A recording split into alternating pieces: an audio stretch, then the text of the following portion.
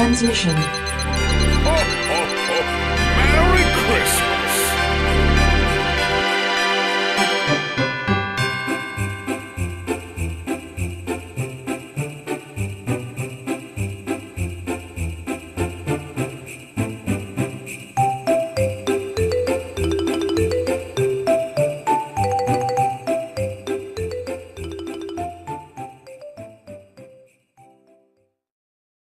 Welcome, Watchers of Illusion, to my Castle of Confusion. It's the 22nd of December. I've got an Amstrad shoot 'em up for you.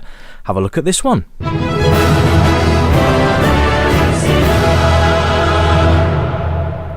Yes, the island of Dr. Destructo. Now, I originally played this on the trusty ZX Spectrum. Oh yes, 48K and all that. But I thought I'd try it on the Amstrad to see what the differences were and see if I could actually play it. Right, it's been a long time since I've played this game, but I absolutely love it. And so far, I'm actually having fun already. Now, the Spectrum version, as you're probably aware, didn't have that many colours to speak of, but this is actually really colourful. The fact you are that little black plane, by the way, with the red front on it, which is really nice. And your job is basically to sink the battleships, which is great fun. And the way you do that is to shoot the planes out of the air, and they will collide with the ship and put some holes in it. Now basically, once you've got 3 holes in the ship, you'll see the water funnels come out, just as you can there. And once you've got 3 of those, the ship sinks and it's on to the next level. It really is that simple. But don't take this for a simple game, ladies and gentlemen. Take it for a hell of a fun game at that. But it's not easy once you get further on. It just absolutely cakes you in planes. Now, that sounds all good and fun, doesn't it? Because I've just been flying through those. We're about to meet the planes that you can't fly through. Now you get an extra life every time you complete a level. Much needed, by the way. Now you can see here the green planes are safe as houses. You can fly through those, but you hit one of those blue ones and you lose a life. There I go. And that brings a tactical element to the game. So basically you've got to now navigate around the screen without hitting those blue ones, and just like that, you see, it just really is that easy to get hit by them. So you've got to be careful. But as you can see, you basically shoot the planes at the start of the screen or halfway through, and they start putting those holes in the ships. I really like this. It's a really good game. And, ladies and gentlemen, it's 2-player cooperative. That means that you can plug in a secondary joystick and get a friend on the go.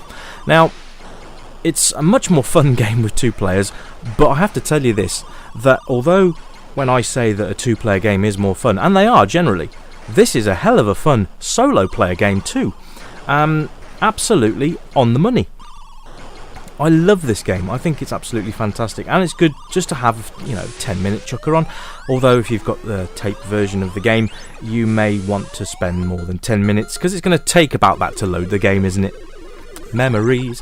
But anyway, now you can see I've cleared 2 levels already, and we progress. So yes, and there's my extra life, which is badly needed. Now, you're going to get so many different enemy types. You get a different ship every level. I think that's really cool. So it gives you quite a lot to look at as well. Graphically, I love this game. I think it's really nice. The animations are done really nicely, and it takes a lot for the game to start to slow down. I mean, once you've actually got a full screen, the slowdown is slightly noticeable. It's not a massive issue, because obviously the more planes you shoot down, the more you're clearing out the screen. So you're always clearing the screen, and you're always getting that sort of momentum going. So it's not really that much of an issue for me. Sound-wise, it's not bad either. There's no music to speak of, but there is the sort of the sound effects and the gun noises are really cool, kind of arcadey. It's more of an arcadey type game, I think, to be honest with you, and by looking at it I think you'd agree. The other thing I quite like about this is the day and night cycle. I kind of like that as well.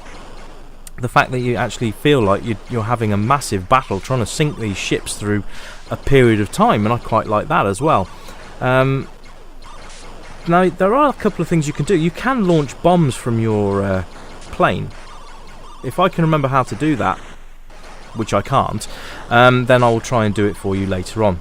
But I think normally you're armed with 3 bombs, and you can push them through the ships. So if you're struggling, you can sort of use those as a backup. You can also make your plane accelerate by pushing the up button, or the up on the joystick I should say, the up button, and that will make your plane go substantially faster, which is really nice.